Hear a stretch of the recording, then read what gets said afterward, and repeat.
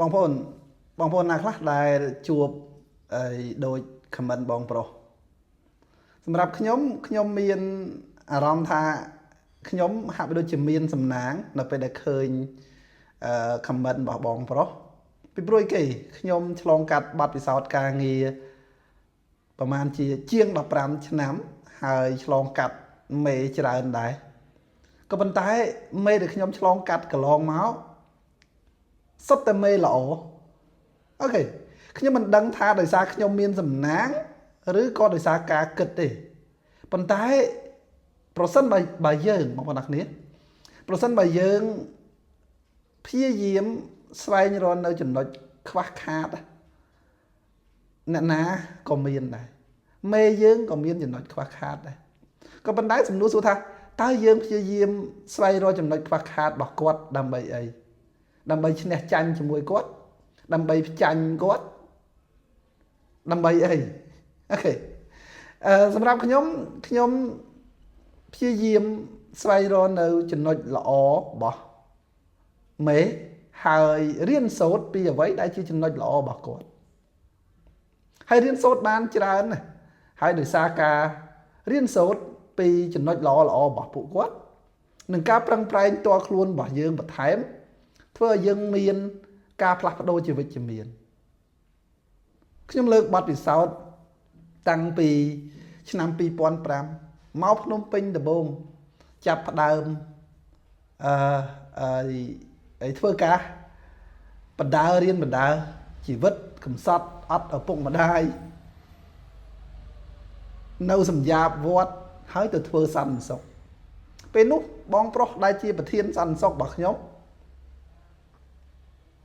គាត់មិនមានចំណេះដឹងច្រើនហើយពេលហ្នឹងយើងជានិស្សិតកម្រិតបញ្ញា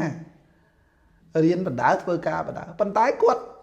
ល្អខ្ញុំនៅតែមើលឃើញថាគាត់ល្អគាត់មានចំណុចដែលយើងអាចរៀនសូត្រពីគាត់បានច្រើនហើយប្រហែលខែមុននេះគាត់ទៅតែទទួលមរណភាពហើយខ្ញុំបានទៅពិធីបុណ្យរបស់គាត់ហើយនឹងមុននឹងបានជួបគាត់អីដើម្បី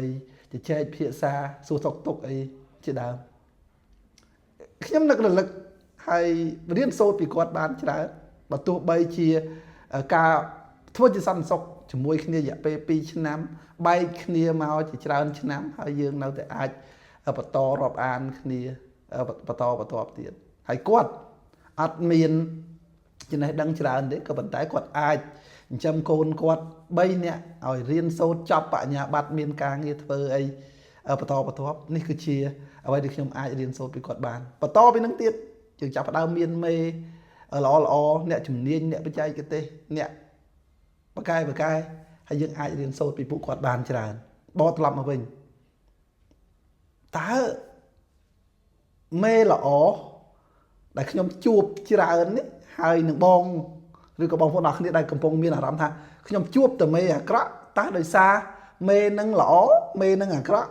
អញ្ចឹងមែនឬក៏ដោយសារការគិតរបស់យើងហើយបើសិនយើងនិយាយមនុស្សគ្មានអ្នកណាគេល្អ perfect គ្មានអ្នកណាគេល្អគ្រប់10ទេប៉ុន្តែការគិតរបស់យើងតែយើងរៀនសូត្រអីពីគាត់តែយើងអាចរៀនសូត្រអីពីគាត់ដើម្បីធ្វើឲ្យយើងមានការរីកចម្រើនឥឡូវខ្ញុំលើកឧទាហរណ៍សាមញ្ញមួយចុះបងប្អូនអរគ្នាជាពិសេសបងប្អូនដែលជាមន្ត្រីនិទានយើងមានមេរបស់យើងគឺប្រធានមន្ត្រីនិទានទៅចាំតួនាទី2រវាងបុគ្គលិកដែលជាអ្នកធ្វើផ្ទាល់ហើយនិងប្រធានដែលជាអ្នកគ្រប់គ្រងគោលបំណងនឹងការងារសំខាន់2ផ្សេងគ្នាមន្ត្រីនិទានផ្ដោតទៅលើការធ្វើអនុទានប្រធានមន្ត្រីនិទានផ្ដោតទៅលើការត្រួតពិនិត្យនិងការគ្រប់គ្រងហានិភ័យនិងការដោះស្រាយបញ្ហាផ្សេងដែលកើតមានអញ្ចឹងប្រកាសណាមួយដើរតួមានថាបុគ្គលិកដើរតួជាអ្នកធ្វើចំណែកឯប្រធានដើរតួជាអ្នកត្រួតពិនិត្យគាត់នឹងមើលឃើញនៅចំណុចខ្វះខាតគាត់នឹងសួរនាំដើម្បីធ្វើម៉េចឲ្យសមិទ្ធផលល្អប្រសើរហើយនៅពេលដែលម្នាក់ធ្វើហើយម្នាក់ទៀតមើលប្រកាសណាអ្នកមើលឃើញនៅកំហុសឃើញនៅចំណុចខ្វះខាតហើយត្រូវការកែសម្រួលត្រូវការអភិវឌ្ឍប្រសិនបើយើងអត់សប្បាយចិត្តយើងតឹងតែងអារម្មណ៍ជាមួយគាត់ថាមេចាប់តែកំហុសហ្មង ហៅខ្ញុំជួបរហូតសួរនាំរហូតចាប់កំហុសគ្មានថ្ងៃលហែថ្ងៃណាក៏និយាយបញ្ហាឧទាហរណ៍អញ្ចឹងប៉ុន្តែគេតួនាទីរបស់គាត់គឺគេគឺគ្រប់គ្រងតាមដានត្រួតពិនិត្យនៅសមិទ្ធផលការងាររបស់ក្រុមការងាររបស់យើងគាត់ជាអ្នកត្រួតពិនិត្យកែសម្រួលទៅលើការងាររបស់យើងឆែកពីលើយើងមកតង់ទៀតមុននឹងបន្តនីតិវិធីទៅមុខឬក៏គាត់ជាអ្នកសម្រេចចិត្តអញ្ចឹងគាត់ត្រូវតែត្រួតពិនិត្យនឹងឆែកទៅលើចំណុចមួយចំនួនដែលគាត់ដែលជាការងាររបស់គាត់ហើយប្រសិនបើយើងគិតថានេះអាហ្នឹងជាការចាប់កំហុសជាការធ្វើឲ្យយើងមានបញ្ហាខ្ញុំគិតថានឹងយើងអត់ទាន់យល់អំពីដំណើរការឬក៏ process នៃការងារទេយើងអ្នកធ្វើ